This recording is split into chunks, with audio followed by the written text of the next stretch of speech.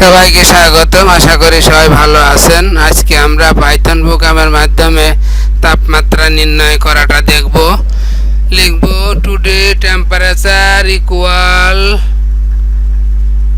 70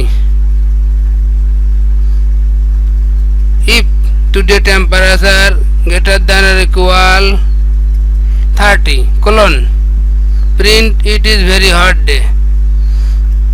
If today underscore temperature greater than or equal 20 print temperature is tolerable today. else print খুব ঠান্ডা।